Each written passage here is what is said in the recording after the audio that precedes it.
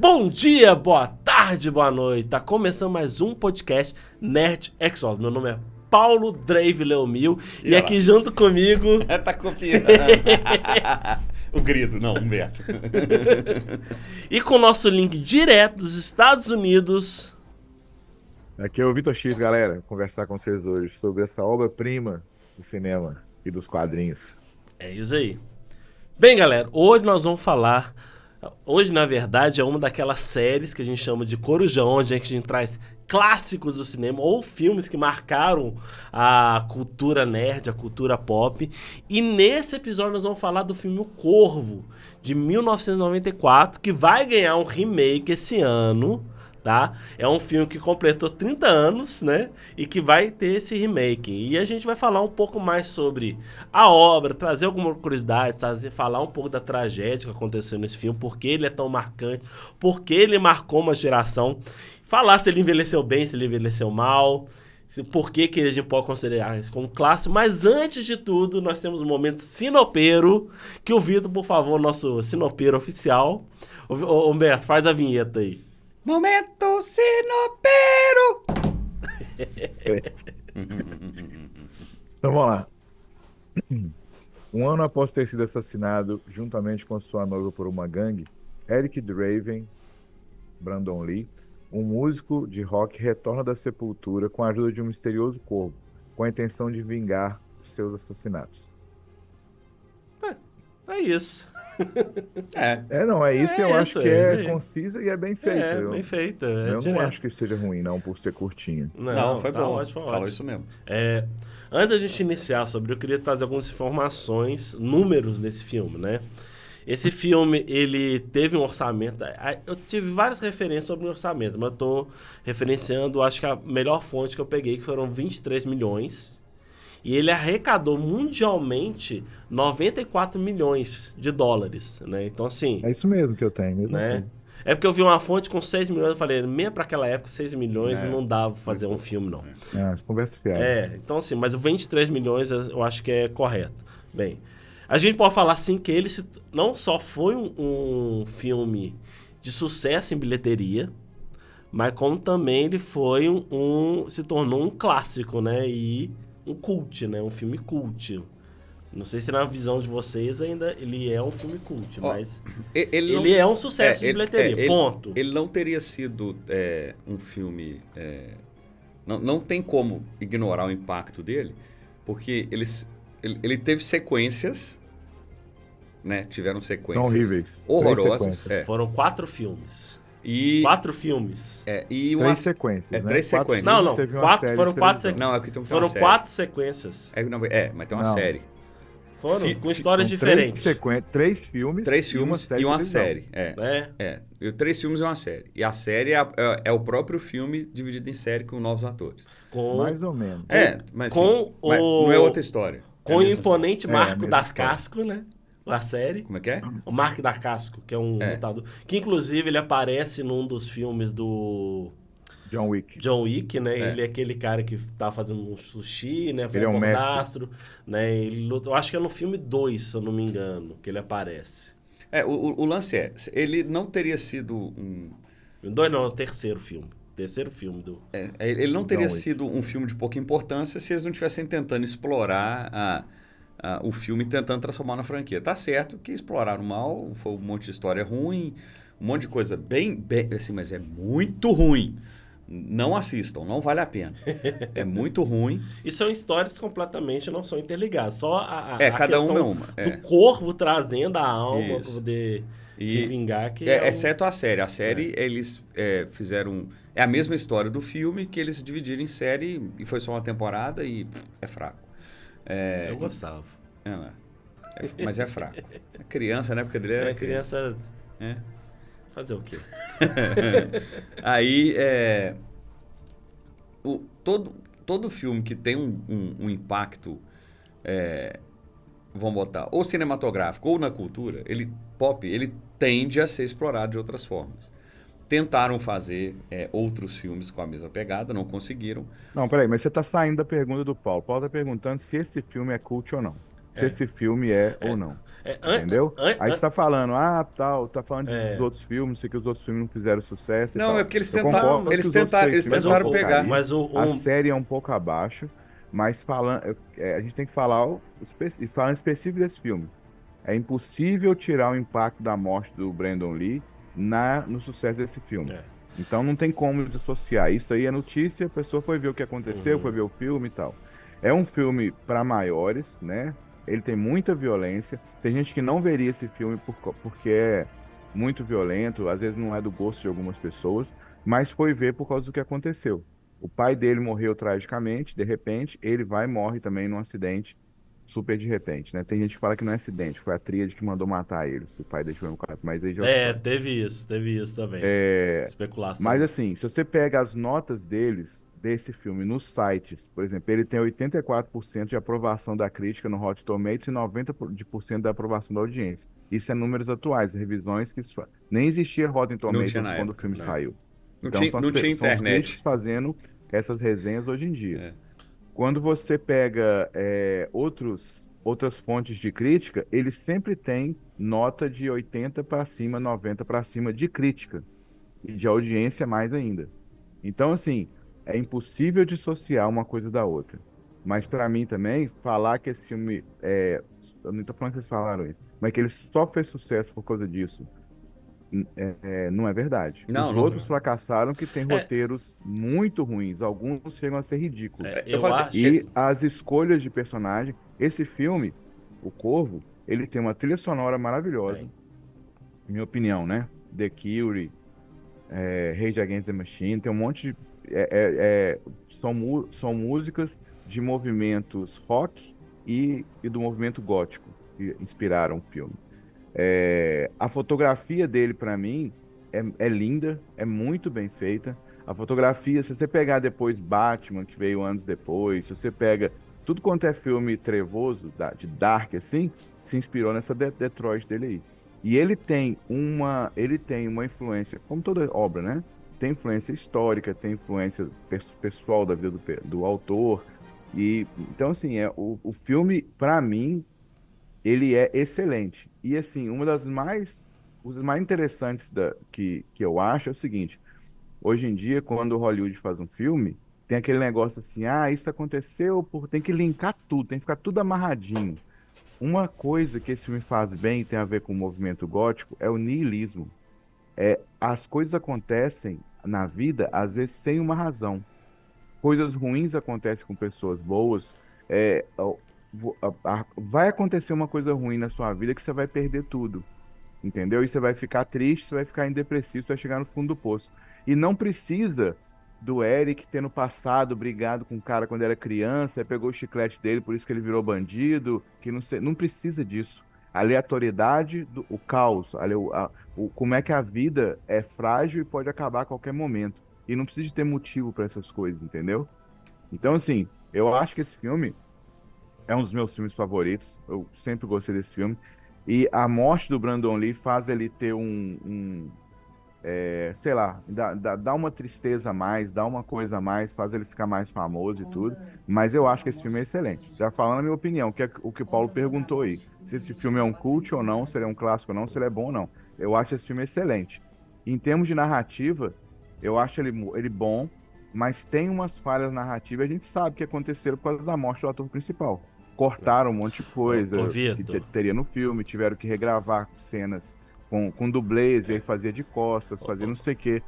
Inseriram cenas, por exemplo, tem uma cena que aparece do nada, que é o Draven sorrindo na chuva. E aí perguntaram pro diretor por que tinha aquela cena, ele falou assim, não, porque é a única cena que a gente tem filmando que o Brandon Lee aparecia sorrindo, então a gente quis deixar isso registrado no filme. Então, assim, o filme também é uma homenagem ao ator que participou ali. E o Brandon Lee Vitor. manda muito bem. Os outros atores que fazem os outros corvos, né, corvos nos outros filmes, eles são caricatos, eles são ridículos. O Brandon Lee, ele faz uma interpretação violenta que inspirou, inclusive, Coringa, entendeu? no filme do Christian Bale lá, que vocês adoram lá, entendeu? Do Heath Ledger. Ele inspirou outros personagens no futuro com a atuação dele. Os atores estudaram o que ele fez para poder representar igual. Uma linha tênue ali, ó, entre uma coisa que seria jocosa, ridícula, e ao mesmo tempo trágica, um tragicômico, entendeu? Vitor, Então, assim, pra mim, esse filme é obra-prima. Ô Vitor, é legal a gente só pontuar qual que foi a morte do Brandon Lee, né? Que ele morreu nas filmagens. Né? Ele teve, numa das cenas lá, que inclusive... uma das primeiras cenas do filme, primeira né? cena, praticamente da porta. Onde ele e né? a noiva é atacado no quarto lá. É que ele, em vez de ter uma bala de festim, tinha uma bala real. Não foi isso não. Não foi isso não. Eu até procurei saber o que é. Não, foi, ué. Eu vou explicar porque eu procurei, eu vi então, por favor, é um pouco diferente. O Vitor falou assim, é aquela primeira... não é quando mostra o ataque no apartamento dele. É quando ele vai lembrando do ataque, né?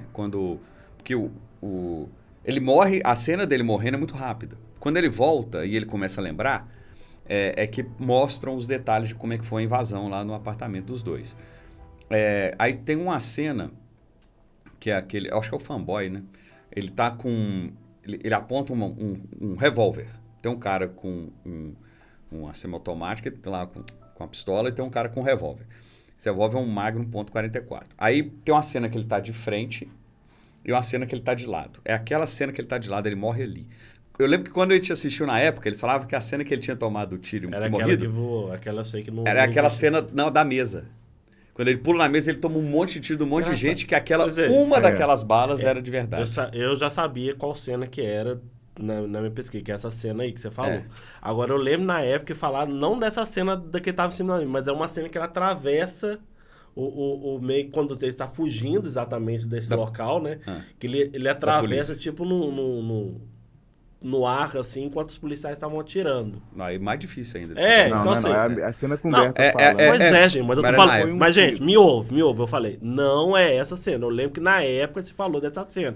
Eu sei que não é. Não, na época eu ouvi, todo mundo falava que era a cena da mesa. Porque tinha um monte de gente atirando, uma das balas era de verdade. Não, e o que eu vi não foi... Eu lembro quando eu vi. Existia eu acho que era na Rede Minas, aqui em Belo Horizonte, que era na TV, e tinha um canal lá que falava sobre bastidores de filme. E lá se mostrou essa cena e falou. Então, assim, não foi falado. Eu vi isso, né? Mas aí depois com a pesquisa, igual vocês estão falando, eu sabia qual era a cena. O que aconteceu foi o seguinte, eles tinham... numa das cenas que ele atirava de frente, que eles estavam filmando... Não é exato, o cara não tá atirando apontado para a tela da filmadora, não. Era um pouco inclinado, né? Até porque voa coisa de pólvora. Aí ele atira naquela cena... eles estavam usando um cartucho, né, a famosa bala, que tinha o projétil, tinha a cápsula vazia, sem pólvora, e tinha com pólvora, a espoleta. Sem a cabeça do projétil. A pólvora que dá barulho. Não era isso. Não era isso. Era um cartucho. Esse é que é o erro. É aí que está o erro. Era uma bala que se olhasse para ela, era igualzinho qualquer bala qualquer de revólver. Ela tinha o projétil, ela tinha o corpinho dela, que é a cápsula, só que estava sem pólvora, e tinha a espoleta. Aí quando o cara atira, ela é um revólver. Atira, só a propulsão da espoleta foi capaz de tirar o projétil e o projétil entrar no cano. Esse tipo de coisa, ele não é raro, ele é raro de acontecer, mas acontece... com bala normal, cheia, em que o tiro não tem uma explosão completa ali da pólvora que está dentro do cartucho, e aí a propulsão do projétil faz com que o projétil pare no cano. E aí um segundo tiro faz um projétil pegar no segundo e explodir o cano da arma. Olha como é que esse cara tinha que morrer, porque tinha que morrer mesmo. Quando ele deu esse tiro e a espoleta expulsou o projétil até o cano, ele é raiado, né? Ele tira a energia dela, ela já tinha pouca energia por causa do tiro, da propulsão só de espoleta. O projétil ficou ali, eles foram fazer outras cenas e tal, aí sim eles colocaram a bala de cenográfica, que é o cartucho. Bala de festim, que é só a pólvora. Que é só a pólvora. É que, na verdade, é o cartucho normal, né? Com um pouco menos de pólvora, né? Sem o projétil, sem aquela cabeça de chumbo.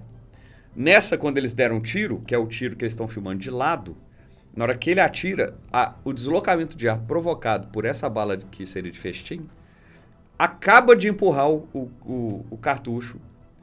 Ele vence o cano, e ele está a uma distância de 2 metros, né, de distância dele, do Brandon Lee. A bala pega na região do abdômen, ele estava de costa, mas a cena do filme é de costa. O tiro ele pegou no abdômen. Talvez a cena tivesse sido diferente, porque claro, eles não iam usar a mesma cena do cara morrendo, né? Mas filmaram ele de costa, provavelmente esse ator de costa já era o dublê. Ele toma um tiro na barriga, e ele cai, aí todo mundo dá a cena por encerrado, ele não levantou, ele ficou inconsciente. A .44 é um revólver de calibre absurdo, e mesmo com essa quantidade de pólvora for suficiente para que o projétil passasse o cano. Cara, a chance de acontecer é muito pequena. É acidente. É o famoso acidente. A conjunção de fatores que levou até um acidente. Aí ele cai, ele é levado até para o hospital, eles ainda tentam fazer cirurgia nele e ele é declarado morto. Aí eu vi duas coisas. Tem gente que fala que ele morreu no set e teve o relatório que fala que ele morreu no hospital, porque talvez tentaram abrir ele lá, ele devia ter algum sinal fraco de vida lá. Então, Humberto, ele morre assim. Eu li uma reportagem aqui e neles falam o seguinte, é exatamente mais ou menos o que você falou aí, que eles fizeram uma outra filmagem, eles não falam necessariamente se foi no próprio filme do Corvo ou se foi uma outra cena, uns dias anteriores, que ficou uma filmagem diferente, que ficou, eles no relatório escreve assim que ficou, não é a bala inteira, essa bala que deslocou pro cano, ficou fragmentos dessa bala lá, entendeu? Eles falam como se fosse um fragmento, talvez porque o projeto tenha sido disparado, alguma coisa assim. Aí quando usa de festim, desloca o fragmento e mata, igual você explicou aí, né? A única coisa que fala lá no relatório que eu li da polícia é que não fala assim, foi no mesmo filme. Eles falam que numa outra cena, pode ter sido. Dias anteriores. Pode ter sido. Né? Pode ter sido. E o resto aconteceu igual você falou aí, que é a questão da bala. E aí no relatório fala que ele morreu no hospital, que ele não morreu na hora, não. Mas que foi igual você falou, ele tomou o tiro e caiu.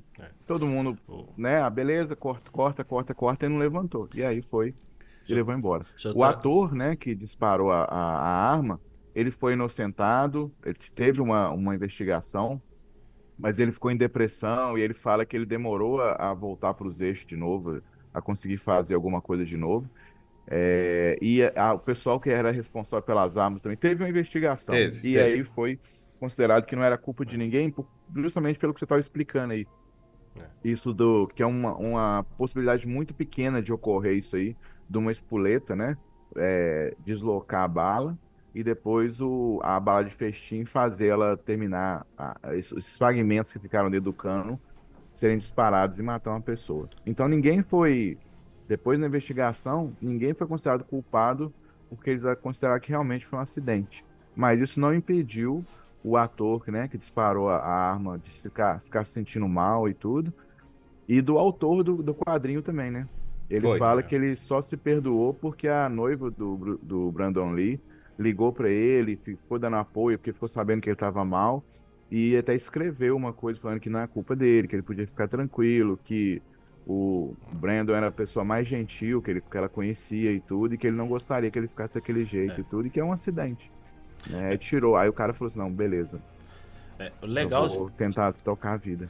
Legal a gente falar também de umas diferenças de época, né? Porque recentemente a gente teve um acidente em um set, né? Com Alec Baldwin, né? Que no filme de faroeste, né? Onde realmente... Não sei se foi o mesmo acidente, mas se parece que... Assim, na época, eu não sei se na época do Corvo já existia um cargo específico para quem lida com arma. Hoje existe.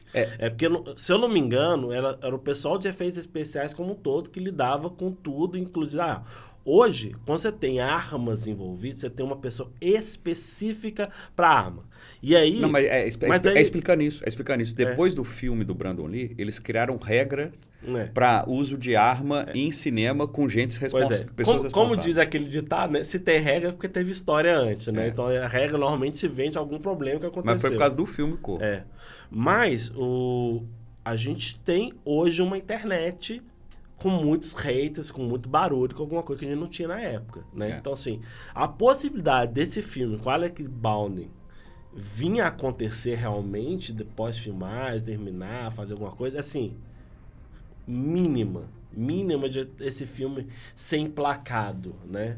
Por questões de estúdio, por questões de coisas, né? O que não aconteceu. Naquela época, e aí eu vou voltar depois numa coisa que eu quero falar muito, que o filme Corvo, ele é um produto da sua época, por várias outras coisas.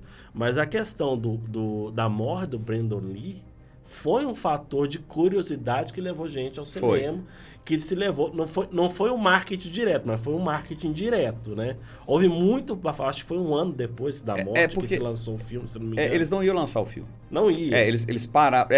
a morte aconteceu bem próximo do final, né? Com quase tudo filmado. Aí eles seguraram o lançamento do filme. Aí a própria família falou assim, não, pô, lança o filme. O cara morreu no filme, vai perder o último trabalho do cara, lança o filme. A própria família dele, né? É isso. A própria família do Brandon Lee. A irmã e a mãe. Isso. E hoje, se a gente voltar na história que aconteceu, foi ano passado, se eu não me engano, aconteceu esse acidente, o Alec Baldwin, ele praticamente foi cortado de várias coisas, não vai fazer. A pessoal da produção também. Pessoal responsável, acho que era uma menina que era a armamentista, não sei se esse é o termo certo, né? Responsável também, praticamente foi escrachado. Então, assim, houve um lixamento. Menina não é, né? Era uma mulher, né? Se fosse uma menina menor de idade. Não dá. Foi gente falar. Mas eu sei que era uma pessoa que estava iniciando a sua carreira nesse segmento. O lance do Alec Baldwin foi uma bala de verdade. Então, o Alec assim, Baldwin atira e acerta uma mulher da produção e que ela era, eu acho que o carro dela, se eu não me engano, era aquela diretora de artista, de atores. Se eu não me engano, era ela esse o toma um cargo tiro dela. e morre. O Alec Baldwin está sendo processado. Tá. Provavelmente ele vai ser inocentado. Até porque ele nem está indo nas audiências. Imagina também a exposição negativa que vai ser. Ele foi muito linchado na internet. Foi muito linchado. Né? Toda a produção em si foi, né? Então, assim, é um filme que tem essa internet, tem esses grandes, assim, cara, que a gente não tinha naquela época. Era 94, cara. 94 a gente não tinha nem internet de escada. Tem o mimimi. O mimimi que tem. Fica vacaiando. E aí os estúdios têm muito medo, né? Tem muito medo de continuar. Assim, é uma produção cara. E é muito medo de lançar aquilo. E como é que você faz Premiere? Como é que você faz os trabalhos que são feitos de marketing para um filme desse? Fica ruim. Hoje em dia, talvez o Corvo, se acontecesse... Dessa forma, não ia ser lançado. Não ia ser lançado. Muito provavelmente. Provavelmente. Isso é uma pena, né? Esse é uma pena. Mas ele é um produto... Aí eu vou... Depois, quando a gente entra na parte técnica, eu vou falar também por que ele é um produto da época. Mas peraí, né? nós estamos agarrados aqui Mas isso aconteceu. Nos negócios, não falamos da história do filme, porque que ela aconteceu. Inclusive, o filme aí, o Vitor vai entrar na história, né? Que o filme, ele é uma adaptação de uma HQ, né? Do James O'Barr, né? Então, por favor, Vitor, traz a historinha aí do James O'Barr. Inclusive, é muito legal a inspiração dele para HQ. Né? Muito legal. É legal entre aspas, né, Vitor? Legal entre aspas, né? Que tem inspirações claras. Mas vamos lá. O Corvo é um filme de super-herói. Foi criado por James O'Barr. E... É um filme, uma HQ, né? Ele é uma HQ. É um quadrinho criado por James O'Barr em 1989, publicado pela Caliber Comics. Essa é uma editora, a gente pode falar assim, underground, né? Foi um quadrinho indie, né, que saiu, fez um relativo sucesso entre os fãs, fez um sucesso razoável ali, e tanto sucesso que acabou virando filme, né? Ele vendeu 750 mil cópias mundo afora, até hoje, tá? James O'Barr, o autor do quadrinho, ele era órfão, ele cresceu em orfanatos e em foster care, e ele fala que a vida dele foi muito ruim, ele não tinha esperança na vida, ele ele provavelmente seria até um marginal e tudo, e cresceu em Detroit, né? Ele é de Detroit, a cidade que acontece o filme, até que que ele conheceu a uma moça que virou noiva dele. E aí, isso aqui eu tenho esse quadrinho aqui, que é O Corvo. Esse aqui é uma edição de 20 anos, onde ele reuniu o quadrinho original e acrescentou algumas histórias, alguma arte e tal. E aí tem uma introdução do próprio autor que é bem interessante. Ele fala que quando ele conheceu a namorada dele, ela, ele era uma pessoa infeliz. E aí depois que ele conheceu ela, tal, ele mudou a personalidade dele, passou a gostar mais da vida, ele viu esperança nas coisas e tudo. Só que ele estava sem dinheiro, sem as coisas, e o carro dele não tinha seguro. E os policiais conheciam o carro dele. Então ele tinha que encontrar com ela. Aí ele foi, ligou para ela e falou assim: Olha, eu não tô podendo tomar outra multa. Vem cá me pegar você. E aí ela saiu de casa, foi pegar ele. E ele conta isso aqui no quadrinho. E aí um motorista bêbado bateu no carro dela, ela morreu na hora. E ele se sentiu muito culpado por causa disso durante anos, sabe? Depois ele entra em luto e tal, e aí ele decide que ele vai se vingar, ele vai matar o cara que matou a noiva dele. Aí ele começa a investigar, né? E aí descobre que o cara, pouco tempo depois do acidente, isso não foi assim, no dia seguinte ele resolveu que ia matar o cara, ele estava em luta, ele não conseguia superar aquilo. Aí ele vai, procura o cara e descobre que o cara morreu de causas naturais. Aí ele fica com mais raiva ainda, entendeu? Tipo assim, ele tirou ela de mim, eu não posso me vingar, eu não posso fazer nada, né? Então ele fica com mais raiva ainda. E ele decide fazer um quadrinho, porque ele, ele depois desse tempo, depois desse momento aí, ele entrou para a Marinha. E como ele era desenhista, ele passou a desenhar manuais para a Marinha. E aí lá ele decidiu fazer ele começou a desenhar esse quadrinho em 1981. Aí ele começou em 1981 a desenhar como uma catarse, para colocar para fora todo aquele sentimento ruim que vinha com aquilo que aconteceu com a noiva dele. E ele foi fazendo essa história até que ele conseguiu publicar em 1989, a história. Né? A história teve, igual eu falei, ela teve uma aceitação muito boa e tudo, e por causa disso eles se transformaram em filme, né? Numa época que os quadrinhos não eram tanta fonte para roteiros de filme igual é hoje em dia, né? Pois é. Então, assim, falando sobre publicação, ela foi publicada pela Caliber Press, né, na data que saiu, depois passou por uma outra editora que ele continuou fazendo quadrinhos do Corvo depois disso, ou relançamentos desse quadrinho inicial. Foi para uma outra que chamava Kitchen Sink Press, depois foi para a famosa Image Comics e desde 2012 até hoje está na Image Comics, né? Image também, que é bem interessante. Depois a gente pode fazer até uma história sobre ela. Ele publicou esse quadrinho de fevereiro de 1989 até novembro de 1999. Ele ficou 10 anos trabalhando com isso aí. E o Corvo é o trabalho de maior sucesso dele, entendeu? Ele não, ele trabalhou com outras coisas também, tudo. Ele é pintor, ele é roteirista de quadrinhos, ele é desenhista, mas foi o único sucesso, a única coisa que ele fez que realmente foi um sucesso grande nos quadrinhos. Eu não sei na área da pintura, né? Se ele, como é que ele tá nisso daí. A história dos quadrinhos é um pouquinho diferente do filme. Nos quadrinhos, o Eric Draven, né? E a noiva dele, eles estão andando por Detroit. Aí ele deu uma aliança de noivado acabou de ficar noivo da moça. E aí chega uma gangue na rua, tenta roubar o anel, ele reage, eles dão um tiro na cabeça dele, só que ele não morre, ele fica paralisado. E aí eles brutalizam a noiva dele, né? Ela é espancada, estuprada. E aí os dois acabam. No quadrinho, ela e ele morrem na hora. Não tem aquela coisa do filme, né, dela ficar viva e tudo. Aí um ano depois ele volta, e ele volta, um corvo traz ele tá no cemitério, tem um corvo lá em cima da lápide, traz ele de volta, e ele passa a perseguir os assassinos da noiva dele e matar um por um. Os nomes dos assassinos são, né, o Tintin, Fanboy, Top Dollar e tudo, mas a história não é a história igualzinho do filme, não. O básico ali é igual, né, mas não é igualzinho do filme, não. E o quadrinho, ele tem um desenho underground mesmo, assim, sabe? Até iniciante. Tem uma diferença muito grande dos desenhos que ele inclui depois, né, que ele melhorou como desenhista, como artista, e aí você vê a diferença. Os primeiros desenhos parecem muito aqueles traços da Tartaruga Ninja, É isso que eu ia falar. originais lá, Eu ia falar isso. né? Me lembra muito.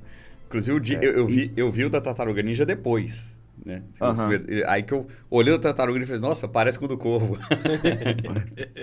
E eles falam que o sucesso que o Corvo fez no quadrinho underground possibilitou muitas coisas boas saírem. No mesmo jeito, Tartaruga Ninja fez um sucesso, né? Fazendo um paralelo aqui, mas ajudou outros autores, né? Que não tinham a chancela das grandes editoras a publicar os seus trabalhos e fazer também, entendeu? Então, assim, eles falam que nos quadrinhos também é um marco para a história deles. E nesse livro aqui é, eles têm uns comentários de outros autores. Por exemplo, Clive Barker é um autor de terror muito renomado. E ele fala que o quadrinho de Obar, a intensidade do quadrinho, aterroriza ele. Então, assim, um cara que faz terror, porque o quadrinho é muito visceral, como o filme também, né? Steve Niles, que é o autor de 30 Dias de Noite, ele fala que se não fosse o Corvo, o quadrinho independente, a obra dele não existiria, e que ele inspirou toda uma geração e um estilo, né? O quadrinho, além dessa inspiração direta da vida do autor, quando ele começou a escrever, ele mudou um pouquinho a história, que ele viu uma notícia de jornal, ele tinha entrado, já estava na Marinha, né? E ele viu uma notícia de jornal de Detroit que um casal tinha sido assassinado porque para roubar o anel de noivado da moça. Então ele juntou essa história real com com o luto dele, né? Para poder fazer isso aí. Ele era muito fã também de música, principalmente punk, o movimento pós-punk ali e o gótico, foi influenciado direto. Então, o Corvo, ele tem muita influência das músicas e da história do Joy Division, que vem do movimento punk, mas não é punk mais. E tem muita influência também, se você olhar, do The Cure, que é o ícone maior, eu acho, do movimento gótico, né? Você vê o próprio Eric Draven parece o Robert Smith do The Cure, né? Se você olhar os quadrinhos, assim, a imagem dele parece o Robert Smith. Aí o Robert Smith é mais antigo, então não dá para falar que o Robert Smith é que parece com ele, É. É. né? Então você tem essas influências aí. E no filme, a trilha sonora tem o The Cure, tem Rage Against the Machine, né? A trilha sonora desse filme é uma das melhores trilhas sonoras, pra mim, de filme que eu conheço. A primeira música que aparece é a música do The Cure, né? É. A primeira música que você... Música mesmo, não é trilha sonora de fundo, de ambientação. É a música do The Cure. Pois é, que é o tema principal do filme, né? Inclusive eu Então, tava. assim, ele fala que quando ele lançou esse álbum aqui, em 2010, né? Ele fala que ele finalmente conseguiu colocar. As coisas que ele acrescentou depois são coisas pessoais que, por mais que a história fosse autobiográfica, na época ele não conseguia colocar, ou porque ele não tinha lidado com luta, ou porque ele não sabia como colocar. Depois que ele amadureceu como artista, ele coloca. Então ele chama essa edição que ele chama de edição definitiva. E é muito boa mesmo, é melhor do que o quadrinho original. Não que o quadrinho original seja ruim, mas o que coloca aqui a mais dá mais profundidade, entendeu? Dá Ó, mais tristeza, você entende mais o que está acontecendo, você faz a história ficar mais interessante. Ô, Vitor, só você tá Ah, falando da música aí, do filme, é uma curiosidade que eu tive, né? A gente sempre revê o filme, né, pra gente poder falar, né? E aí eu deixei aham. passando os letters, né? As letras finais, né? E é assim, voltando assim, é muito o letter da época, né? Hoje você vai ver assim na parte de música, eles tentam deixar as coisas mais condensadas, né? E no letter da hora das músicas, eles vão com as fontes normais, né? E uma de cada vez. Cara, é 5 minutos passando Música. a quantidade de música que teve no filme, cara. É muita música, assim. E Vamos dizer, não é trilha só, mas vamos dizer, a parte de música desse realmente foi um conceito daquela época do rock and roll, do punk, das referências de Ô, Paulo, tudo, e era cara. uma coisa que na época o povo, eu acho, né? Quem não era músico, eu acho, não prestava muita atenção nisso. Não, Nessa ninguém época, eu ficava não sei. vendo. é uma coisa que assim, é importante contextualizar o seguinte, que eram lançados discos LP, né? LP De filme, de do filme. filme, não com a trilha sonora. E muitos desses LPs, na época, eles tinham aquela música de ambientação. Tinha uma ou outra música que era aquela música, sei lá, o Take My Breath Away lá do Top Gun, mas o resto era aquela música de tensão, que é música de ambiência. Não é uma música de uma banda. Então, se você pegar o disco do The Cure mesmo, é um disco com músicas. Isso não era comum. Não era comum. Não vou falar que eles inovaram não, porque já tinham outros. Então, só lembrando aqui, o que aparece lá. Porque eles pegam uma fase em que o punk é da década de final de 70, início de 80. Aí que foi quando aconteceram os fatos na vida do autor da revistinha. E ele gostava de punk. O visual do Corvo, ele é bem um punk mesmo do começo da década de 80. Quando o filme foi feito, ali no começo da década de 90, você tinha o pós-punk assim, do Joy Division já não existia mais. Já estava começando uma migração do movimento derivado do próprio punk mesmo, e o começo do nascimento ali do alternativo, que, por exemplo, você tinha, que não está nesse disco, mas só quem não conhece dessa época, você enquadrava como alternativo, por exemplo, o Smashing Pumpkins, que não é dessa época, não está nesse disco, não tem nada a ver. O Smashing Pumpkins foi tipo, o expoente máximo do pop quando isso estourou. Mas o que tem aqui nesse disco? Tem The Cure, que é anos 80, tem Stone Temple Pilots, que já pega um movimento grunge, tem Nine Inch Nails, que já pega um industrial ali, que já é pós-punk entrando em industrial, Rage Against the Machine, que é uma linha completamente diferente, que já mistura rap com hard rock, com coisas derivadas de mistura de influências.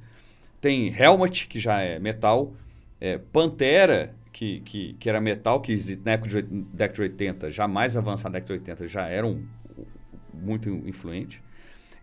Jesus and Mary Chain, que vem dessa época do alternativo pra caramba. Do gótico, né? É bem alternativo. Tem as influências, né, assim, igual Pixies. Jesus and Mary Chain e Cure são da mesma geração ali, eu acho, né? De gótico e tudo. Mas pode ser que o Jesus and Mary Chain é uma influência um pouquinho diferente, não é? Nessa época, eu vou te falar assim, que uma banda que estaria nos áudios assim, seria The Cure, Jesus and Mary Chain também. É engraçado não ter Pixies nesse disco. Pixies tinha uma importância, estava gigantesca nisso aí. Ou Pixies... Não, acho que já tinha lançado o disco já. Então, tem, como diz o Paulo, assim, é um retrato da época. Um retrato da época. Ele é uma obra da época. Assim, eu não vou falar muito a parte de música, tem outras bandas que não são tão famosas, mas, por exemplo, Suicides, Ghost Rider, Poison's Ideas e The Bad. São bandas que não foram muito sucesso, mas são bandas de heavy metal também que fizeram. E as bandas... teve mais duas bandas que apareceram no quartel-general lá do Top Dollar, quando tá lá na boate e tudo, que é o Medicine e My Life with the Thrill Kill Cult. São bandas também. Você vê como é que o negócio foi envolvido com a musicalidade da época, entendeu? É um quadrinho punk e as músicas punk e as bandas estão lá, né? Aí eu queria até entrar em outras questões, porque eu não sou tão conhecedor de música quanto vocês, mas esse aqui, ele é uma obra da época. Quais são as características técnicas que a gente tem ali na época? Ali naquela época ali, do começo dos anos 90, começou a gente ter muitos filmes ali que trabalhavam muito sombra. Mas ele foi um cara que entrou muito mais na sombra. Você vê que o filme ele é muito trabalho de sombra. Você tem muita luz de baixo para cima, né? Muito escuro. Tem cenas que elas são para ser escuras. Elas tem sempre à noite. Você sempre tem assim, pouca luminosidade. Quando você tem uma luminosidade muito fechada. Inclusive nos ângulos de rosto. Você tem assim, aquela sombra que pega embaixo do olho, debaixo aqui do pescoço, que é muito pouco usado. Hoje em dia você não utiliza isso muito. Tudo bem que pode ser um produto de época, você né? Sumiu. Mas assim, olha o quadrinho como é que é. Mas assim, é uma referência. É inspiração direta, a luz é inspiração direta do quadrinho. Mas aí eu vou... Falando dos rostos... Mas, Vitor, mas vamos voltar naquela questão que a gente sempre bate. Por mais que tenha uma obra, o filme ele tem que falar por si só, né? E ali, Aham. então quando a gente volta pra época, né? A gente tem um filme que, em termos técnicos, vou falar só termo técnico aqui. A Sombra, ela é uma questão assim, que estava se tratando muito na época. Ele foi um cara que fez mais, acho que talvez um dos filmes da época que mais trabalhou Sombra. A questão da cenografia, igual vocês falaram aí, da cidade, assim, mais decadente, né? Que traz uma melancolia muito grande. Cenas principalmente aquela cena que tá na guitarra ali, né? Que tem no telhado, né? São cenas melancólicas, né? As questões de sombra. As questões de roteiro naquela época, você tinha muito vilão que é vilão, né? Que tem muita frase de efeito, né? Se a gente for pegar ele hoje, se a gente for pegar esse roteiro, e aí depois a gente pode falar um pouco do remake que vai acontecer, provavelmente, e não se encaixa hoje na realidade de hoje de se fazer roteiro, de fazer câmeras, né? Ele é um retrato daquela Eu não época. concordo com você, não. Não, Não, mas você não precisa tipo assim, concordar, tô falando a que realidade, é. você falando o quê? Da moda? Ô, Do que as Vitor, pessoas não, gostam, do que é certo, Vitor, politicamente certo? deixa eu acabar de falar. O que aconteceu? Não, tô te fazendo uma pergunta, deixa eu Não, acabar de falar, não. eu estou te falando assim, o que acontece? Quando você tem vamos falar do roteiro. O roteiro, Ah, hoje, você hoje não passa muito o vilão por mal. Mal. Ele é mal. Né? Igual a gangue lá do fanboy, né? Você tem hoje de dar um pouco mais de profundidade para eles e menos caricatura, né? Você tem que ter conversas mais profundas, menos hoje com frases de efeito, né? A gente tem filmes aí que foram criticar com muitas frases de efeito, né? Filmes, inclusive, de super-herói, né? Que a gente tem algumas críticas, eu não concordo com algumas, mas a gente vê algumas com muita frase de efeito. Então, assim, mas aquela época, a gente tinha filmes que eram assim, e eles eram e todo mundo gostava, era um produto da época. Nós tínhamos Cobra, né? Vocês lembram do Stallone Cobra? Uhum. É um filme que ele tem o mal, ele tem frases de efeito, ele tem roteiro. Não tô falando que é ruim, que não é, não. É o que eu acho que ele tá falando aqui. Eu tô falando assim, existe, é um conceito daquela época. Naquela época, o vilão era cinematografia construído daquela daquele época. jeito. Ele é construído daquele jeito. Se você pega a mesma construção daquele jeito e trazer para hoje, você tem que fazer grandes adaptações. Aí a gente vai falar sobre a questão do e é remake. por isso que não vai dar certo, não vai ser tão bom quanto. Isso aí a gente vai chegar aí. É. A gente vai chegar nesse ponto. Então, assim, ele quando a gente fala, por exemplo, não dá para você pegar um clássico, por exemplo, você vai falar, ó, O vento levou. O Vento Levou. Isso. Por exemplo, é um clássico daquela época. Você tem 1 bilhão de coisas erradas hoje, em termos éticos, no Vento Levou. Que você não tem como se transportar para essa época. Mas você tem que considerar ele na sua época. Ele é uma obra da sua época. A obra daquela época, ela tem uma importância, né? Você vê muitas cenas ali, tem coisas que são legais, você fala, poxa, que coisa diferente do jeito que ele filmou aquela cena. Mas hoje em dia, algumas cenas que ele filmou, você tem formas de fazer melhor. Né, de transmitir melhor aquela ideia. Deixa eu tentar. Você está tentando. Você pegou mais ou menos. Eu entendi. Ele é um retrato daquela época. Eu entendi o que os dois falaram. Completamente. Eu só não acho que isso é a maneira correta de fazer as coisas, entendeu? Não, mas deixa eu explicar um pouco desses ter dois. Tom de cinza no herói e no vilão. Isso. Tem história. Se você pegar na vida real, eu cresci do lado da favela. Tinha gente lá que era ruim porque era ruim. Isso não quer dizer que, mas ele tem uma mãe, com a mãe dele era legal. Entendeu? Hoje tem muita desculpa para poder abonar o ruim. Da profundidade eu acho interessante. Deixa eu tentar juntar o que vocês dois estão falando. É que o lance é o seguinte, eu entendi o que o Paulo falou.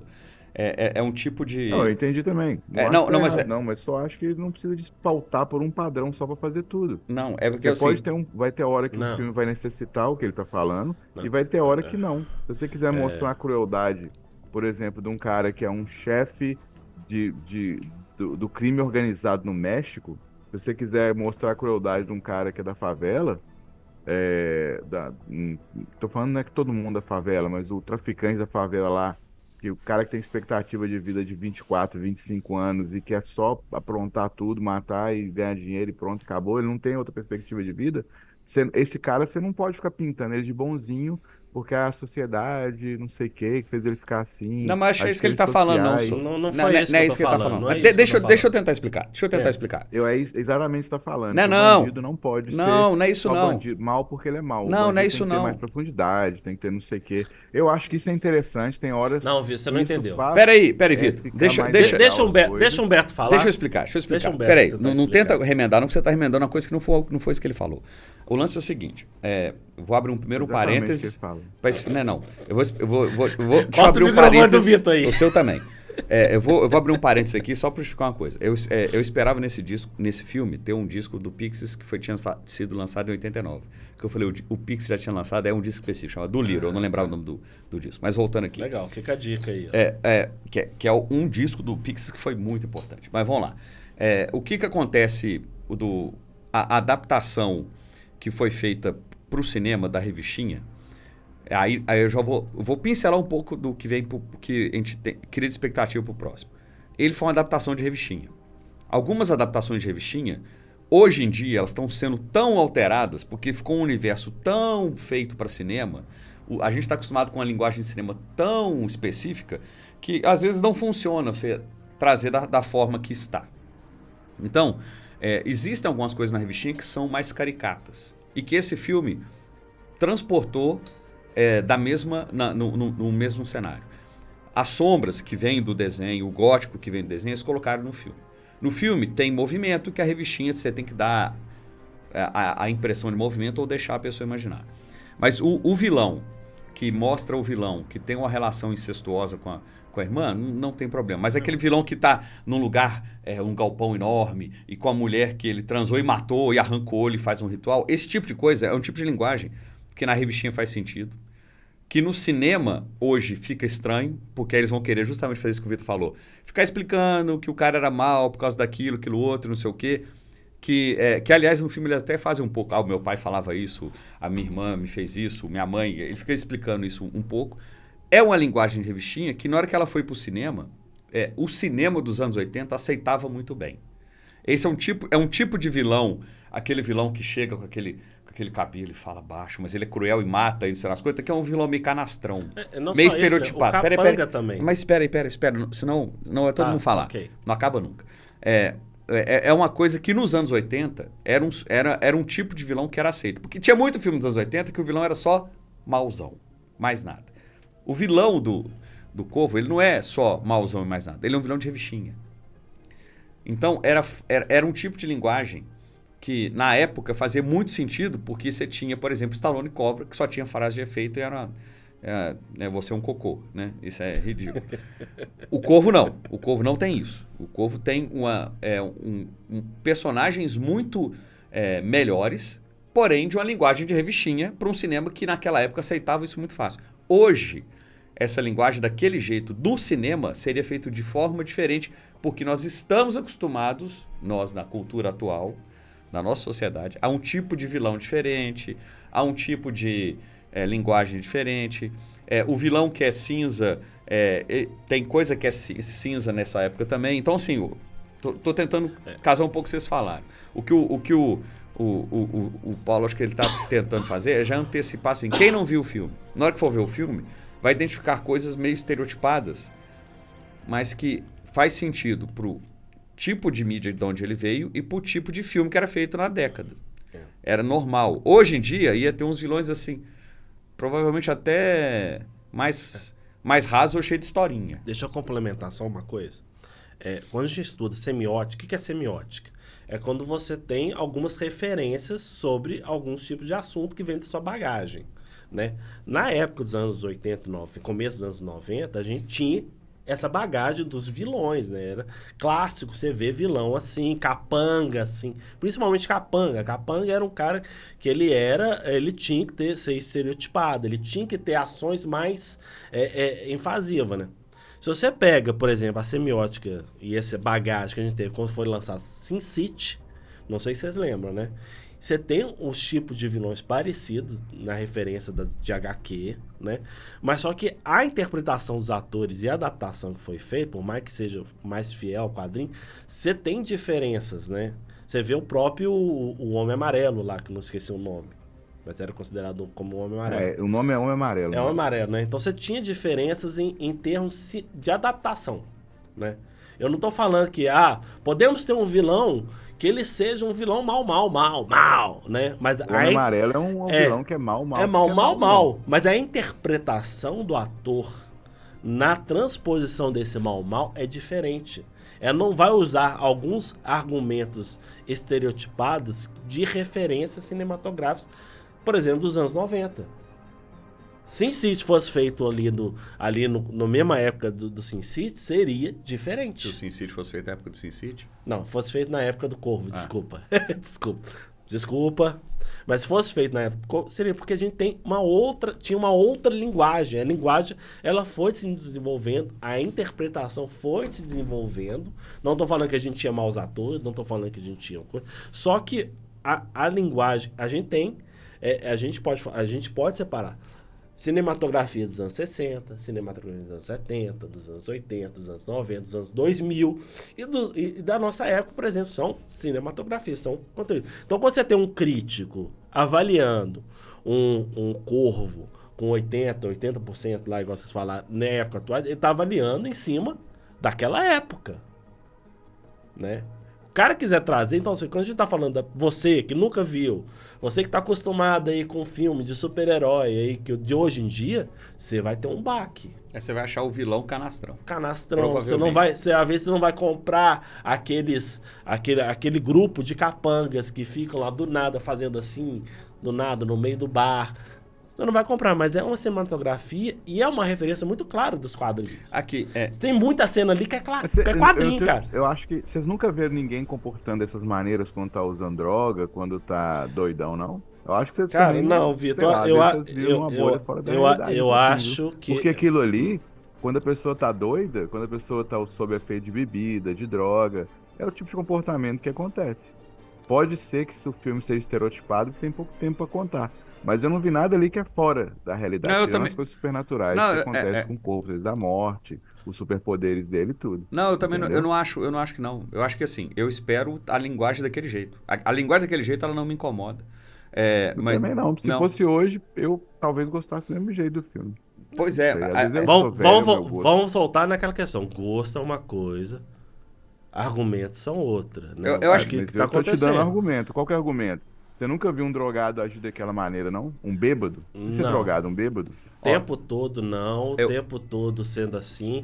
O cara utilizando com a arma, assim, passando em frente à polícia daquele jeito, não. Não, mas aí isso é pra mostrar que a polícia era corrupta. Mas o que eu acho que é o seguinte, aí uma coisa que vai ter sentido o Paulo tá fazendo uma análise de transposição do filme no tempo, já pensando no filme que vai vir novo. Eu acho que é isso. Eu não critico de jeito nenhum o tipo do vilão que tinha na época. Até porque, na época, quando eu vi, o vilão me convenceu. Aí, depois que na época eu nem sabia que tinha vindo de revistinha, né? Uma revistinha que era underground e ninguém conhecia no mundo. Né? Eu vi o filme primeiro e vi a revistinha na adulta. Acho que isso foi todo mundo no Brasil foi assim. Não, eu acho que e boa parte do público raríssimo mundial. Cara, a revista saiu aí, você sabe, Humberto? Sai em português ou só na internet você acha português? Cara, eu nunca vi dela ao vivo. Eu também nunca vi. Eu também nunca vi, não. Eu li na internet quando eu morava. Aí eu acho que o que acontece é o seguinte, e aí uma coisa que a gente pode até antecipar, é que na hora que eles forem fazer um remake, se eles fizerem exatamente a mesma história, eles vão ambientar a coisa de um jeito muito diferente. Eu acho que é a ambientação do vilão. O vilão você já vê, no trailer você já vê, que é o vilão mais velho, por exemplo. Eu não vi o trailer. Eu não vi o trailer justamente... Vocês não viram o trailer. Tá? Eu vi exatamente pra gente poder falar assim. Eu não quis ver o trailer. É completamente diferente. A mitologia, você vê assim, parte do trailer, por exemplo, qual que é a mitologia do Corvo no filme do Corvo? É só o Corvo. Uhum. Né? Você tem só o Corvo voando e ele te deixa livre pra pensar. Isso, cara, fantástico. Fantástico. Eu achei, assim, fantástico essa mitologia. Você tem, assim, uma introdução do narrador, que é a menina, né, narrando, mas você vê aquele que tem essa lenda, né, mas não fala o que é. Nesse trailer, você tem uma cena ali de vários corvos e um cara meio que interagindo com o personagem principal, como se fosse uma personificação daquele corvo, ou até referenciando ao ser mitológico, que é por exemplo, aí é uma leitura minha, viu? Não sei se é certo ou não nem nada, não. que o Corvo ele é muito referenciado ao Odin, né? Os corvos de Odin. Então, assim, você tem ali um cara que, pra mim, cara, tá muito clássico ao Odin, inclusive muito próximo do ator que fez os Novos Deuses, né? Aquela série Novos Deuses, né? Referenciado isso. Então, assim, já mudou bem a característica, né? Do série. E aí a gente volta, cara. É uma coisa muito legal da época, né? Você deixar aberto. Isso seria muito bom hoje em dia também. Então, assim, tem coisas muito boas do filme que podia ter se mantido para esse remake. E essa é uma coisa que eu tô com o pé atrás desse remake, sabe? Aquela questão de querer se explicar. É um problema o quê? De muitos filmes, principalmente, não estou falando só de quadrinho, mas muito filme dessa época, de um cinema muito, muito americano, que achar que tem que explicar tudo. Aí, você tá falando que eu tô assistindo aqui. Você tá assistindo? Eu tô assistindo. Deixa eu comentar, enquanto você está assistindo aí, sobre os poderes do corpo, tanto nos quadrinhos quanto no primeiro filme, né? Nos outros também são mais ou menos parecidos, mas o primeiro eu acho que é mais fidedigno. Quando uma pessoa morre no mundo do corvo, né, do quadrinho e do filme, um corvo leva a alma dele para o pós-vida. Eles não explicam como é que é o pós-vida, só que leva a alma embora. Mas quando a alma está muito pesada para ele carregar, ou seja, tem muita coisa pendente, tem muita coisa, ele não consegue se livrar do que aconteceu com ele no mundo dos vivos, o corvo traz ele de volta para resolver as pendências. Quando traz ele de volta, ressuscita, né? Nos quadrinhos e no filme tem que ter um tempo depois, nos outros filmes depois eles acabam com isso, ressuscita na hora, vira uma coisa, né? Tem um tempo que o corpo fica tentando levar a alma. Aí ele traz de volta, ele ressuscita o corpo daquela pessoa, né? Ele volta ali e ele renasce com uma série de poderes. Super força, agilidade, ele não sente dor, né? Ele consegue se regenerar, que o Humberto adora. Todo mundo tem esse poder. Ele tem psicocinese, que é tocar objetos e pessoas e ver o que, que a pessoa sentiu no passado. E ele tem um certo grau de telepatia ao toque, que ele consegue tanto ver o que a pessoa sabe, viu, quanto mostrar para a pessoa o que ele quiser. Entendeu? Ele consegue passar mensagem, mas isso é com toque. Então ele tem essa psicometria, né? Que ele faz isso. Eu acho que é basicamente isso. E aí, na mitologia, quando ele resolve a pendência dele, ele pode descansar, né? E o James O'Barr, ele fala que, tipo assim, ele não pôde resolver a pendência dele, porque o cara morreu, ele não pôde ir lá e matar o cara, né? Ainda bem, ele fala que ele não, né? Ainda bem que ele não fez isso, que ele era jovem, burro e tal, mas que aí o jeito dele de curar foi fazer o quadrinho, né? A pendência dele foi fazer o quadrinho. Mas então o corvo tem essa série de poderes, é uma criatura sobrenatural. Na série do Mark da Cascos tem uma coisa legal que é o filme, igual vocês falaram, só que ele enfrenta algumas criaturas sobrenaturais no caminho. Por isso que ele teve esses 22 episódios aí na primeira temporada. Não é só a história dele vingando contra os caras que mataram a noiva dele, né? E a série acabou porque dois motivos. Primeiro que o Mark da Cascos, nessa época, ele estava mais em alta. E ele não queria fazer uma coisa de televisão. Ele queria fazer cinema. Então ele tinha uma certa relutância a fazer isso. Mas fez mesmo assim, né? E aí morreu um dublê durante a série, numa explosão lá. A explosão acerta ele, ele morre. E os direitos do filme passou para outra produtora. Aí juntou tudo. O Marco da Casa estava dando problema, estava reclamando. Esse dublê morreu. E aí falaram: essa obra é amaldiçoada, não pode mexer com esse trem mais, né? E aí mudar de produtora não, mudou a empresa que era dona dos direitos autorais de fazer filme e série. E aí eles decidiram cancelar. Mas tinha uma audiência boa e tinha um público razoável. Se não fosse essas coisas, ele teria continuado, entendeu? Não foi por falta de audiência, eu quero dizer. Eu assisti aqui e o que me pareceu é que eles vão ficar explicando o corvo. Eles vão ficar explicando o poder do corvo, o que é a coisa do corvo. É aquilo que o Vitor falou. Tudo tem que ficar explicando. É o meu grande pé atrás com esse filme. Tudo tem que ficar explicando. No primeiro filme tem uma escolha estética que eu acho maravilhosa. Eu vi outras pessoas falando sobre isso, que é o seguinte: eles não explicam assim, o corvo vai te guiar, o corvo não sei o quê. Não tem uma frase falando disso, mas quer dizer, tem introdutória falando que quando a alma não responde, o corvo traz de volta. Mas, por exemplo, quando você vê através dos olhos, quando o Eric Draven vê através do olho do corvo, ninguém explica, ele simplesmente vê. E você entende isso ali, entendeu? Não precisa de ficar falando, de ficar contando. Ele, por exemplo, ele regenera, mas ninguém precisa de ficar falando. Quando o cara dá um tiro na mão dele assim, o negócio vai e fecha, entendeu? Quando ele toma os tiros, os ferimentos se fecham. Então não tem que ficar falando, agora ele tem regeneração, entendeu? Então, assim, o diretor conseguiu mostrar isso de uma maneira natural, entendeu? Sem ter que ficar falando, né? Então, acho que o filme ele tem esses méritos também de ter escolhas estéticas muito boas, ou seja, em tudo, né? Música, cor, fotografia, né? Eu acho que ele é muito bom por esses outros motivos E também. aí tem cena, aquela cena quando ele vai matar o Tintin, que ele tá andando assim no beco, aquele beco escuro, o vilão que taca a faca, e aí ele vem andando, eu lembrei demais do Coringa. Do lado do Não é? Ledger, ela é igualzinho. Não, tem. Igualzinho. Muita Parece- gente bebeu da Ele dessa tá em referência. Gotham. Ele tá em Gotham. Ele vai matar um. E ele tem a própria maquiagem, né? Que é uma maquiagem de Coringa que não é tão exata. Essa cena. Ele Essa cena a gente tem uma referência muito legal. Antes dele cair, ele cai de cima, né? Tem uma cena que ele vai pulando os telhados e ele cai de cima do telhado pra ir nesse beco. Essa forma de cair, você vê em vários outros filmes. O jeito que foi ele feito. só deita, assim. Só deita e rindo e fazendo assim. Então, assim, é uma coisa muito clássica. Ele criou uma identidade ali, né? Agora, eu não falei com vocês, eu li um negócio. Eu acho que é mentira. Mas eu quis trazer pra você, Humberto, porque eu queria ver sua reação.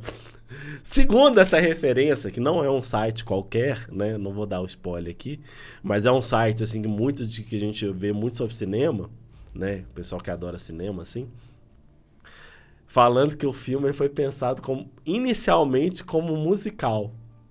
Não, Pelo tem amor de sentido nenhum. Imagina como fosse musical, cara. Nunca. Não ia dar certo. Não tinha sentido, não. Não tinha sentido, porque a história da revistinha não é Não assim. é tão não tem graças a sentido. Deus. Mas imaginou? Não, inclusive na hora que ele tá tocando guitarra, Gente, ele tá tocando tudo errado. Assim. tá tudo errado. O que ele tá tocando não é o que tá mostrando. Não tem nada a tudo ver. errado. Inclusive a guitarra não tem alavanca. Porque Pra quem tá ouvindo a gente agora, Humberto, ele odeia um estilo de filme, que é o musical. Ele não gosta, não adianta. O melhor musical, não vai gostar. Não. Pronto, não adianta, não. Você não vai conseguir fazer um Humberto Porque os caras gostar de começam a musical. cantar, eu vou Não de vai, canal, não vai, leva não pra vai. Né? Roberto, Aqui, a cena que eu acho que mais parece com a interpretação do Coringa do Heath Ledger é quando ele vai naquele lugar lá que tá cheio dos bandidos, inclusive o Top Dollar, quando ele encontra o Top Dollar pela primeira vez, e ele fala, eu quero matar esse cara aqui. Aí os caras, não, você não pode matar, não sei o quê. A conversa que ele tem ali me lembra um pouco quando Aquela o Coringa da chega mesa, né? naquele lugar lá que tá cheio de bandido, que ele que ele mata o cara com lápis, não sei o quê e tudo, sabe? Não que é igual, Tem. mas assim, o jeito que o Corvo chega, não, quero matar esse cara. Me dá ele, Deixa eu né? matar ele que eu vou embora. não só essa Me deixa- cena, né? Me parece muito com esse filme. O jeito de andar com a também. interpretação A cena do Heath fã- Ledger no Coringa. A cena do fanboy também é muito clássica nesse estilo, né? Que ele entra com a guitarra, tá lá com a Daisy, né? Que é a mãe da menina, acho que é, não lembro agora. E aquela também é bem clássica, aquela forma de conversa, né? Aham. Que ele puxa a cadeira, que ele fala, que ele deixa a guitarra do lado. E que aquilo lá foi muito nesse estilo de assim, Coringa. Seria um bom Coringa, né? Seria. Seria um bom Coringa. Inclusive, seria uma boa continuação do Coringa lá do Joaquin Phoenix, lá, que é o personagem principal, né? Que faz ruindades. Agora, voltando à questão da estética. As filmagens... Acho que a mãe dela é Darla. É Darla, Não? é isso mesmo. acho que é isso mesmo. Eu lembro que era um Acho que esse- E falando sobre dessa cena mais uma coisa aí, eu acho legal que com o poder dele, Ele tira. ele consegue curar ela, tira o vício de droga dela pra ela virar uma mãe melhor pra menina, pra Sarah, né? É legal. A questão da estética desse filme, que também eu acho legal, é o seguinte: a cidade é suja, os apartamentos dos drogados são sujos, são esquisitos, são feios. Você tem umas filmagens que hoje em dia não se tem mais, né? Filmar, não é que ele sai arrastando o fanboy pelo chão, uma filmagem de cima, né? Do cenário. A casa do policial, o policial de cap, de cuecão, De samba cueca. canção e de cap. é uma ambiência que para mim me lembra revistinha, sabe? Você coloca muita sujeira nas coisas pra você mostrar que aquele negócio é muito E era tudo, aquilo. né, cara? Era tudo. Você vê a boate, tinha até a parte do dólar lá, por mais que ela esteja aquele mesão, seja meio minimalista, ao mesmo tempo tá com aquele estilo gótico e tal, cara. Mas você vê que as coisas ali não são limpinhas, não sei o quê. É meio caído, né? A janela. É uma né? linguagem de revistinha. Assim, os vilões estão todos botando coisa na mesa, sentado à mesa, né? Botando. Pra que o cara tá sentado à mesa carregando arma? É porque faz parte da estética, né? Na hora que ele tá correndo nos telhados e a polícia toda e os pulos em câmera lenta, que eu imagino quem copiou isso, né? Quis fazer isso em todas as cenas. O favorito mas do ali livro. fica bom, né? Ali fica bom. Com as fumaças subindo, aquelas... É uma estética que assim, que os anos 80 usou, várias vezes usou exageradamente, mas lá usou igual a revistinha, que eu acho que é isso que fica legal. É engraçado que na época ninguém sabia que era revistinha. Aí você vê a linguagem, acha legal. Você acha legal, mas é porque você tem já uma base ali, a referência que para você é uma linguagem que tem lógica. E cinematográfico, a gente começou a ver mais esse tipo de referência em cinema com Tim Burton, cara. Tim Burton é um cara que bebe muito dessa fonte, assim, de criar esse mundo mais dark, mas ao mesmo tempo tem essa bem quê de revistinha. Né? Você vê bastante. Só que o dele é mais ele é mais fantasioso, né? Mas assim, você vê no Batman que ele criou. O Detroit é um dark industrializado, né? Do Corvo. E o do Tim Burton é mais... Mas você falou, é limpinho Não, mesmo. mas o do Batman, limpo, o primeiro Batman, especificamente o primeiro Batman, cara, você vê clássico ali, cara. Você vê uma referência muito grande ali pra cidade do Corvo. Apesar da cidade do Corvo, você vê hoje em dia, você vê, tudo cenário, cara. Você vê ali, cenário. Você não tem uma locação externa ali. É tudo cenário. O Batman é cenário também. Batman também é cenário. Então, assim, a diferença do Batman é que o Batman é gótico Gotham, né? Prédios altos, aquela coisa, aquela cidade opressora, escultura grande. A Detroit são os prédios baixos, as ruas sujas. Você vê que a única cena que você tem no filme ali que é mais aberta, mesmo que a do telhado que era mais fechadinha, ele pula a cena, mas quando ele tá tocando no telhado, aí você vê até a cena se abrindo. É praticamente a única cena que a gente tem onde você vê mais a cidade. É aquela cena. Que ele quebra a guitarra, né? Fé da puta. Eu fico com ódio quando a pessoa quebra a guitarra. Eu tenho ódio quando quebra instrumento, cara. É tão caro instrumento. Pra que quebrar instrumento? Mas falando de Detroit, que até hoje, Detroit é uma das cidades americanas mais violentas, sabe? Diz que 1 em cada 15 pessoas em Detroit vai sofrer um crime violento. Crime violento é assalto à mão armada, estupro, ser espancado, esse tipo de coisa. Então, até hoje em dia é assim. E teve uma época que Detroit estava tendo, por causa da violência, que já foi pior, ela melhorou hoje em dia, mas ainda é assim. Por causa da violência, tinha muita gente abandonando, então tinha muito prédio vazio, e nesses prédios vazios, os usuários de droga iam para lá, morar lá. A pessoa que morava na rua invadia esses prédios vazios e morar lá. Então, assim, não que seja igual à vida real, né? Igual, eu concordo que é cenário e tal e tudo, mas a inspiração é de uma Detroit que realmente existiu e ainda existe, né? Apesar de ter melhorado hoje, economicamente melhorou, esse negócio dos prédios, eu estava falando que Detroit ia virar uma cidade fantasma na década de 90 e começo de 2000 por causa disso, um monte de prédio abandonado, violência, esse tipo de coisa. Hoje em dia já revitalizou um pouco, mas ainda tem um índice de violência muito alto. Lá era uma cidade... Se não for maior, é tipo o segundo maior. Lá era uma cidade que viveu da indústria automobilística, né, nos anos 40, 50, acho que 40 não sei, estou chutando, mas provavelmente 40, 50, 60, aí 70, aí depois teve uma quebra. A indústria, tudo foi para o Oriente, né? Tudo foi saindo de lá, foram espalhando e tal. E aí e as fábricas foram ficando obsoletas também. E menos intensiva em mão de obra. Então foi ficando abandonada. E aí foi ficando um monte de coisa abandonada, de prédio vazio. Por isso que o vilãozão ele tá num galpão industrial. Então, que existia e sobrar e tinha um monte lá. E aí as casas de trabalho, de trabalhadores foram ficando... sucateados, aí as pessoas foram ficando pobres. Então, assim, é um cenário bom de... Os filmes de violência da década de 80 são Nova York, que Nova York na década de 80 era muito violenta. E teve um trabalho enorme lá, por conta sequência de coisas que tem, de máfia, né, que vinha de décadas passadas, e marginalização de bairros inteiros, de população pobre, droga e tudo. Detroit, aonde que acontece o Robocop? É em Detroit. E aí, agora vai provavelmente mudar para São Francisco, né? Por conta de droga, né? Lá tá muito difícil lá. Aliás, São Francisco, que é a cidade de onde nasceu o Bruce Lee. Você sabe onde? O Brandon Lee. Não, o Brandon Lee nasceu na Califórnia. O Bruce Lee nasceu em São Francisco. São Francisco é na Califórnia, velho. Calma, só. Ele nasceu em Oakland, na Califórnia. Ele nasceu, o Bruce Lee nasceu em São Francisco. Você sabia disso?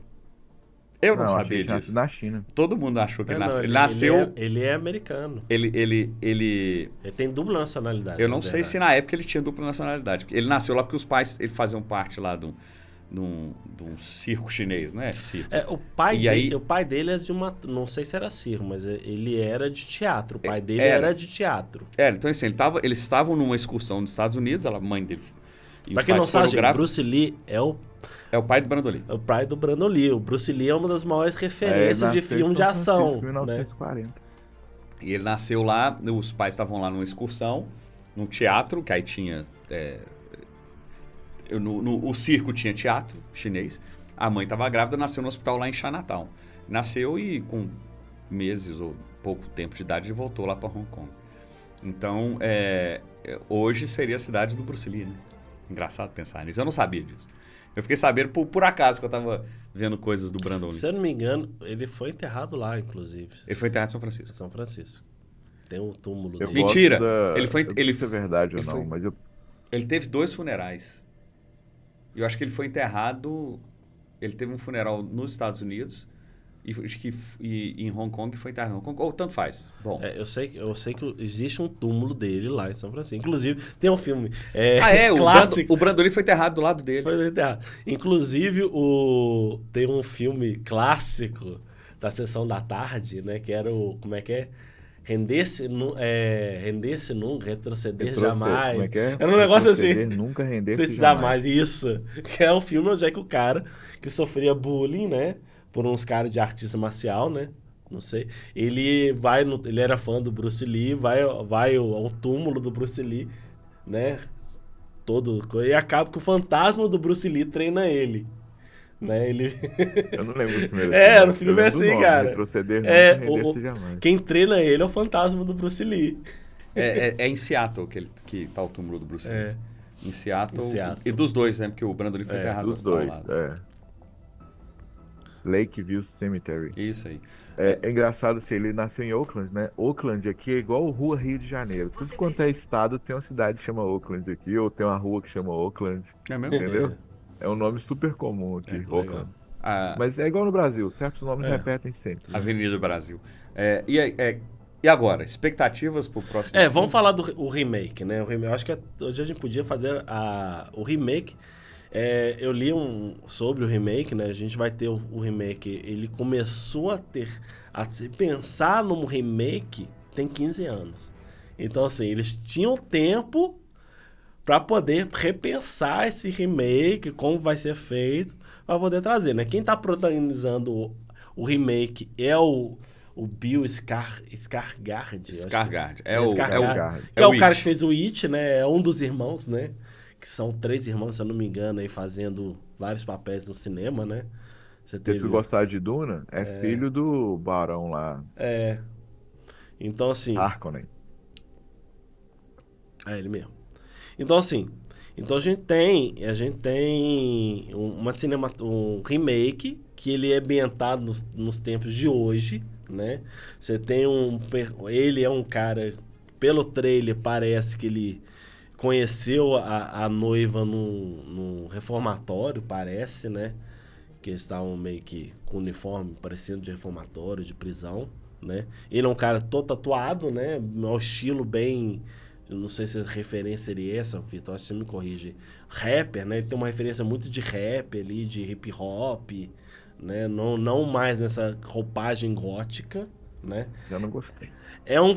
O trailer, ele não tem essa obscuridade, esse trabalho, essa sombra que a gente via muito no Gotham. Você vê muitas cores ali, né? Você tem muita cena de ação de luta muito próximas ao que a gente vê hoje em dia no cinema, né? Então, eu acho que o trailer, um dos maiores focos do trailer é as lutas que ele tem, né? Você vê ali a parte da vingança lá, né? Você tem modificações ali que a gente pode ver no trailer ali, que é o vilão principal, que ele é um vilão mais velho, de terno, né? Então, assim, vai ter muita diferença do Corvo que a gente conhece, né, do filme, e muita diferença dos quadrinhos. O trailer já deixou isso bem claro. E aí a pergunta que eu quero trazer para vocês. Vocês podem até falar do filme, sim, mas eu queria trazer. O que vocês gostariam que realmente a gente viu no filme do Corvo que tem que ter nesse filme? Antes de responder essa pergunta, o filho do Barão Harkonnen é um dos irmãos. Qual deles que ele é? São 3 irmãos. Não. O Barão Harkonnen é o Eric Skarsgård. Ah, tá. Certo? Esse é o Lúthien. Aí, é o pai do Bill Skarsgård. Ah, ok. Tá ok. Não é porque, eu achei que você estava falando que o Bill Skarsgård estava lá. Eu falei, não, mas não. Wesley era irmão, era pai do irmão. Não. Não é não. O que tá lá é sobrinho dele. O Harkonnen, o Barão Harkonnen lá, é o pai dele. É o Lúthien do... O Eric Skarsgård. Isso, que é o Lúthien do Andor. Pai. É o Lúthien, do Andor, da série Andor. Isso, Isso. mesmo. Ok, então tá bom. Você me incomodou. Que final, gente? É que ele é pai do... Ele é pai do Skarsgård. que também daquele outro que fez... Como é que fez? Como é que chama? True Blood. Fez True Blood. Tá bom. Ok, é o que eu não tinha entendido. E tem mais um outro também que eu não tô lembrando dos filmes dele, isso aí. O papel bom dele é o do Andor. 3 filhos. Todos os 4 são bons. O melhor é o que fez o Northman, eu acho. Mas o pai deles é foda também. O melhor é o Andor. Aqui, eu gostaria da linguagem escura, gótica e sujeira e coisa e tal. Que não vai ter. Não vai ter, por isso que eu tô falando. Não vai ter. Mas do que a gente viu, mas que a gente tem no trailer, o que você gostaria? Que eu vi que tem no trailer? Nossa Senhora. As coisas que eu não vi no trailer não são as coisas que eu gosto. Pois é. Você viu que no trailer não vai ter... Por exemplo, a gente não vai ter à noite. Eu quero, por exemplo, eu quero pelo menos a cena final com o grande vilão, aquele embate, que ele seja feito no escuro e no telhado. É o que eu gostaria de ver. Que pra mim é uma cena icônica, né? Inclusive quando ele luta com a espada, que ele tira lá o crucifixo lá. Não, para-raio. Um para-raio. Ele tira um para-raio e começa a lutar. O para-raio tinha que ter um cabo para ligar até o chão. Mas... Tudo bem, tem os problemas daquele filme também. Ele é super forte, isso é verdade. Então, assim, como não vai ter o escuro, eu não quero ver mais nada. Pronto. Vou fechar o olho, que aí fica escuro. Aê! Vai de óculos escuros. Isso, vou de óculos escuros pro cinema. Tá bom. Vai, o que você quer ver, Vitor? Ô, Humberto, eu tô com os 2 pés atrás em relação a esse filme. Eu também. Porque os outros filmes poderiam ter sido melhores. Porque que eles fizeram? Eles pegaram a mitologia e criaram outras histórias. Que é o que fez no quadrinho também, depois do Eric Draven, né? Só que eles colocaram argumentos muito ruins, histórias muito ruins, interpretações ruins de alguns atores também. Então, assim, o último, o número 4... O cara que era o menino lá, o John Connor, Exterminador do Futuro, quando era criança, ele que faz o Corvo. É horrível. O nome dele acho que é John Cuervo, um trem assim. É desse que é daquela que é indígena, né? Que eles são. Aí tem o Danny Trejo lá, o Danny Trejo faz a dancinha pra reviver o Corvo. É ridículo. Tem a morte, tem um demônio, não sei o quê, tem um monte de coisa. Cara, eu vi todos os filmes, vi a série, mas eu vou te falar que os 3 filmes, sem ser os que vêm depois do original, eles são muito ruins. Não vale a pena assistir, não vale a pena... É pior do que Sessão da Tarde do SBT. E são filmes que não foram pro cinema, se eu não me engano. Eles foram pra DVD. Um deles foi. Eu não lembro se foi o 2 ou o 3. Foi pro cinema, mas ficou uma semana e foi tão ruim que eles depois lançaram em DVD direto. Foi o 2. Na época não era nem para streaming, né? Lançaram pro DVD. Muito ruim. Mas respondendo direto a pergunta, eu acho que se eles pegassem, fizessem um roteiro bacana, usando a mitologia do Corvo, que tá aí e tal, o Corvo trazer a alma de volta, e contasse uma história diferente, tinha uma mais chance de fazer sucesso. Pegar e trazer a história do Eric Draven, adaptada para os dias atuais, o cara de roqueiro vai virar rapper. Só aí já me perdeu. Desculpa quem gosta de rap e tal é, e tudo. Deixando Mas claro só que aí já me perdeu. no filme não mostra que ele é músico. No Tá, trailer se não for mostra roqueiro, ele. tudo bem. Não mostra que ele é É, músico. Mas a caracterização dele não é de roqueiro. Me não é de pareceu um roqueiro. punk. Me pareceu um punk diferente, um punk atual. Pode ser. Não achei que não era. Pode ser próximo sei ao lá, punk eu acho que atual. pegar essa história, que com toda a bagagem que ela tem, da morte do Brandon Lee, pegar e fazer a mesma história hoje em dia, eles correm um risco muito grande de ser um fracasso. Eles tiraram a escuridão do filme, eles tiraram um monte de características que o filme original tinha que fez o filme ter sucesso. Então, assim, pegando até o que o Paulo falou aí, para esse filme ser feito hoje em dia, não pode ser feito igual fez no passado. Então, eles vão fazer nos moldes atuais. E eu acho que não vai ser tão bom quanto. Eles, nos moldes atuais, eles podiam só pegar a mitologia do Corvo e fazer esse filme novo. Espero que eu pague língua, que eu quero ver bons filmes. E eu vou assistir esse filme. Espero que eu pague língua. Nós é bobo, Mas nós se vamos lá assistir. transformar para as coisas de hoje em dia, não vai ser a mesma coisa. Vai ser ruim. Ó, a chance. Então, Porque o lance é o eu não seguinte. tenho expectativa nenhuma desse filme. O que eu quero é ver um filme bom. Mas eu não acredito que vai ser. Eu também acho que não. O lance é, você tem chance de usar um grafismo que veio da revistinha, uma revistinha independente, que tem aquela coisa assim meio suja da revistinha da década de 80, meio fanzine, transforma ela para o Isso. cinema e adapta ela àquela escuridão. E aquela é uma parte da linguagem visual do Corvo, é o que você espera. Aí você chega lá, ela é de dia, é meio falar assim, vou fazer Sin City de novo, mas eu vou tirar aquele grafismo.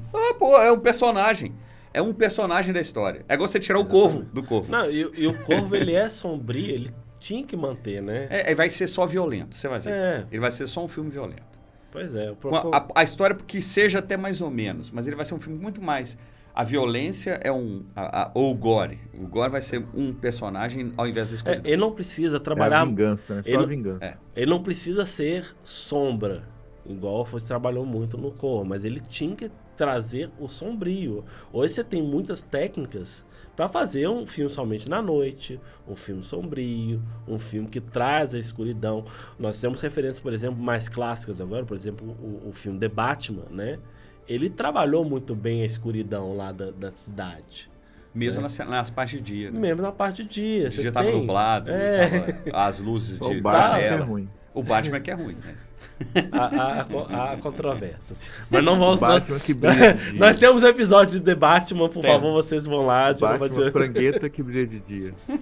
Mas é isso, Batman cara. que não malha. Eu acho que, assim, existe... A gente entende quando você faz adaptações, principalmente de remakes de épocas diferentes, a gente fala assim, igual eu falei, Corvo, ele é um produto da sua época, tá? Então, assim, não tem como você trazer igualzinho, mas você tem uma linguagem dessa época que se você consegue trazer o Sene, trazer aquele mundo, trazer a ideia daquele mundo, que seja, até trazer mais os quadrinhos.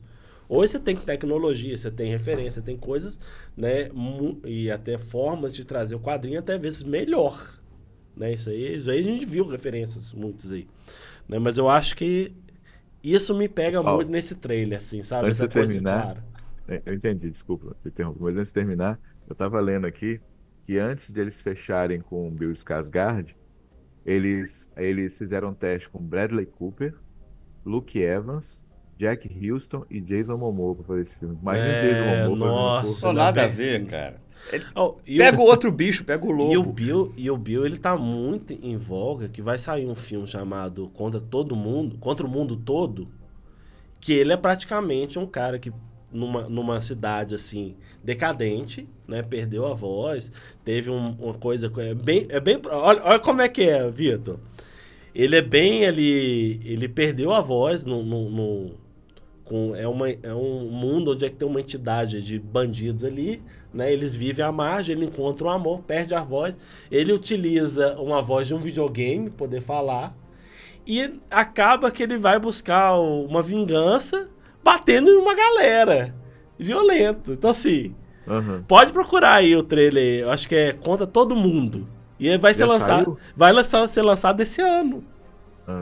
Então, assim, filme muito próximos. Você vê até próximo como ele está. Tudo bem que sem maquiagem, sem nada assim, mas também tá bem próximo ali desse estilo. Mas ele é uma outra história, né? É um mundo até um pouquinho mais futurístico, aquele... Como é que a gente fala? Pós-apocalíptico? Não é pós-apocalíptico, cara, mas é aquele negócio tem uma ciência avançada, mas a vida bem... É o famoso... Steampunk, não. Exatamente, mas não tão steampunk, né? Mas você tem referência ali. É o steampunk, é high-tech low life. Aqui, ó, o budget desse filme aqui, que tá numa referência não muito boa, mas tá aqui, é 50 milhões de reais desse filme atual. Contra o Mundo, que chama o filme. Contra o Mundo, né? Bill Skarsgård. O nome dele é Garoto. O nome dele no filme, Garoto. Não, se você assiste o trailer, você vai ver assim, pô, tá muito próximo, cara. Ele jura vingança por sua família assassinada por Hilda van der Koy, a matriarca de uma dinastia pós-apocalíptica que deixou o menino órfão, surdo e sem voz. Não, ele é surdo ainda. Guiado por sua voz interior, que ele pegou emprestado de seu videogame favorito, o garoto treina como misterioso xamã para se tornar uma máquina de morte. Quando ele instaura um caos sangrento nas artes marciais, resultando em uma carnificina. Ele se junta a um grupo de resistência para manter seu plano de pé. Aí você vai ver o trailer, cara. Aí você pega o trailer dele e o trailer do Cole. Cara, você fala, cara, tá muito próximo, cara. O bicho se esse cara tiver 2 filmes desse ano que forem mal, ele tá lascado. Não é? Bem, mas é isso. Vocês querem falar alguma curiosidade? Vocês vão falar sobre o Corvo? A gente poder encerrar? Eu tava vendo aqui um cara falando que fizeram um Corvo do Post Malone. O Corvo é um clone do Post Malone com essa tatuagem e tudo. Aí eu já começo a achar que não é punk, não. Eu vou cantar Sunflower lá. Eu gosto de Sunflower. Eita, pô. Homem-Aranha, tem no Aranha Verso. Bem, gente, é isso. Espero que vocês tenham gostado dessa sessão Corujão que a gente faz. A gente sempre tá fazendo novos filmes. Se você quiser mandar uma sugestão de um filme que é uma referência, tá fazendo lá seus 10, 20, 30 anos, 40, ou que marcou a sua infância, marcou a sua adolescência, ou um filme muito culto pra gente poder trazer pra nossa sessão Corujão, pra gente poder falar desse filme, manda pra gente. Vocês podem também mandar pro exosspodcast@gmail.com ou ir lá no YouTube, que está hoje tem vídeo nosso. Você que tá ouvindo pelas plataformas de áudio, a gente tá lá com o YouTube, tá a nossa imagem, você vai ver eu, Humberto, Vitor, né, falando aqui, você vai ver nossos bonequinhos, vai ver tudo aqui na nossa mesa, aqui no estúdio. E você vai lá e põe nesse vídeo, lá nos comentários, quais os filmes que você gostaria de ouvir na sessão Corujão, que a gente trazer aqui e falar sobre ele. Bem, é isso, galera. Até a próxima. Até a próxima, pessoal. Que a força esteja com vocês. Falou, galera. Um abraço. Até mais.